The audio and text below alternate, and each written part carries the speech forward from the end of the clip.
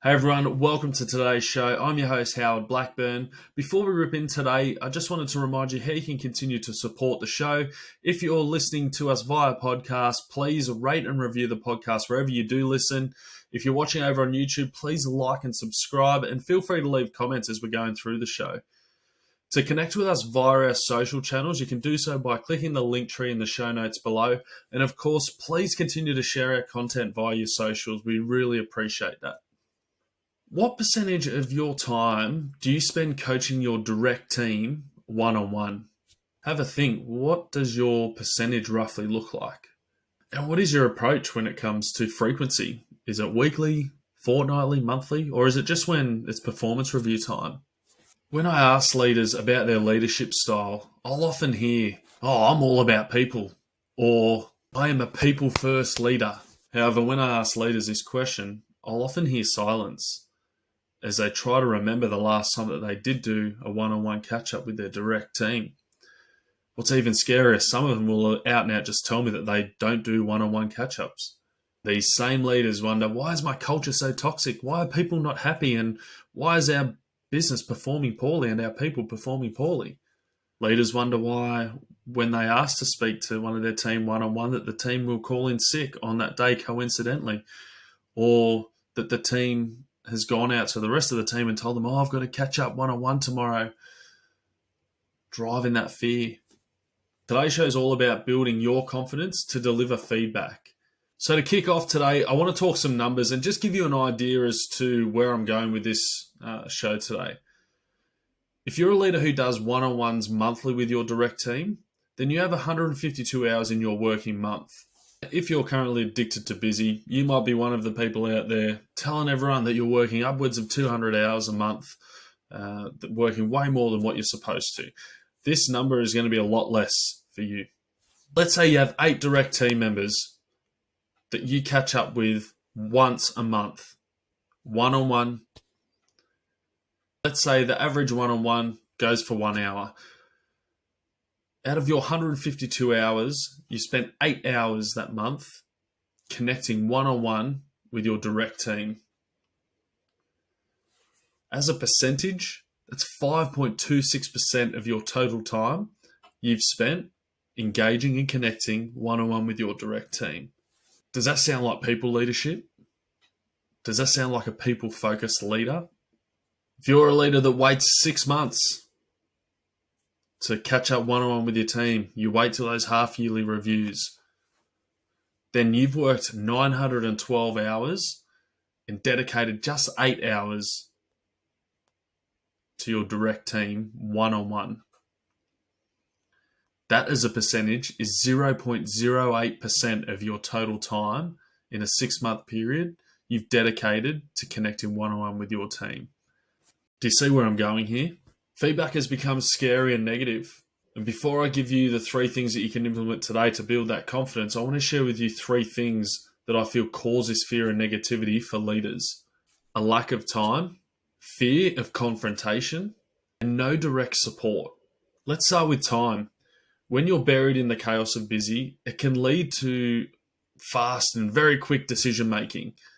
And one of the most important decisions you'll need to make is how you spend and allocate your time. As we learned in a previous episode, busy, what is it? That when we're faced with these decisions to make, we choose the easy choice. We choose busy, avoiding those things that actually have an impact on our leadership, on our people, and on our lives. And the important decision that gets avoided right here, the decision to prioritize our people, team connection, and culture. We fail to understand that the quickest way to move the shift forward is by engaging our people. We think we can do it ourselves. We're wrong. The hard conversations are getting avoided, and the high performers are getting frustrated because poor performance is being accepted and they're working really hard to succeed. The truth is that it's not the poor performing team members at fault here. It's the leadership. And this leads to my next point. We want to talk about fear and the fear of confrontation.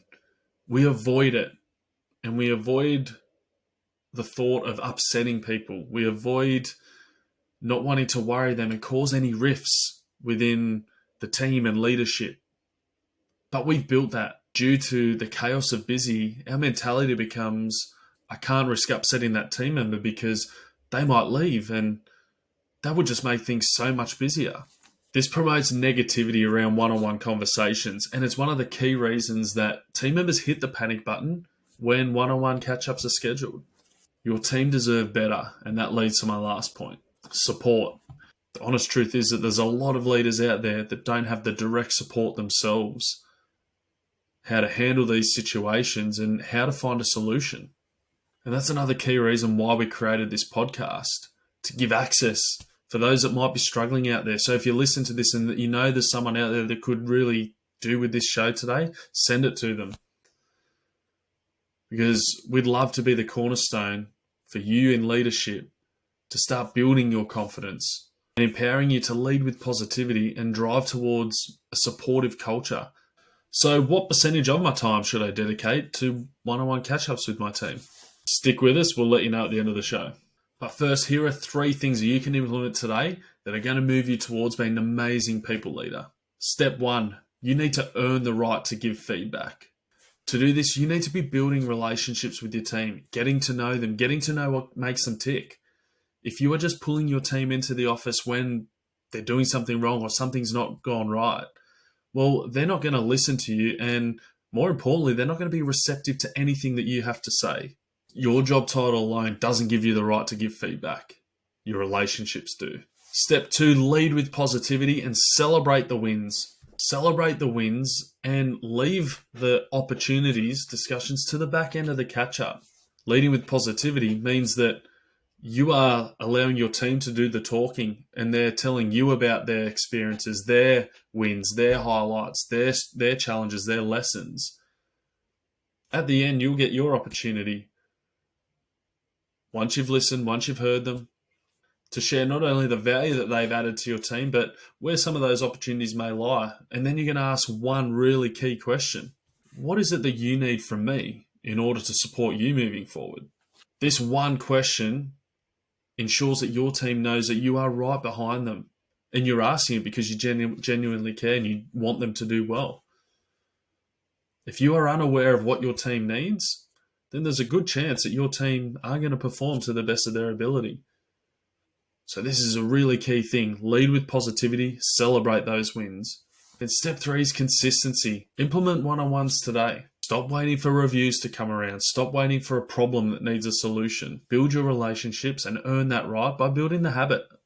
Remove the fear of giving and getting feedback by catching up consistently. Make them visual, whether it's by calendar invites or on a whiteboard. By just having some form of structure, it highlights a commitment that you have to your team. So start implementing one-on-ones and start connecting with your team today. So what percentage of time should I dedicate to my team one-on-one? Great question. By implementing one-on-ones weekly with your direct team, this isn't all of your team, these are the people that actually report to you, you're going to impact your team culture, your team performance, your business performance, and create more time for yourself so you can kick ass in your role. Let's say you had 5 direct team members. If you dedicated 1 hour a week to them, that's 5 hours out of your 38. 13% of your time will have a significant impact on all of these things. Does that sound achievable? Even if you had a direct team of 10, and I know those teams are out there, if you did 1 hour a week with them, that would be 26% of your time. Just over a quarter. Ask yourself, what kind of impact would that have on your business? So to recap, the 3 things that you can do today in order to gain more confidence in delivering feedback and stop avoiding it, stop dreading giving feedback. Here's the 3 things. Earn the right to give feedback through your relationships, not your title. Lead with positivity, celebrate the wins, implement one-on-ones, go and schedule these visually. Consistency is the key. As we wrap up today, I want to ask you one last question. Do you dislike getting told you're doing a great job and getting a pat on the back? Well, guess what? Your team love it as well. So prioritize them. People are your biggest asset. And without them, your leadership, your results, and the impact you have on your people won't shift. And all you're going to be doing is getting really comfortable with busy. So what type of leader are you going to be? You've got one of two choices. You can do something or do nothing. Will you be the people leader or are you going to be the busy leader?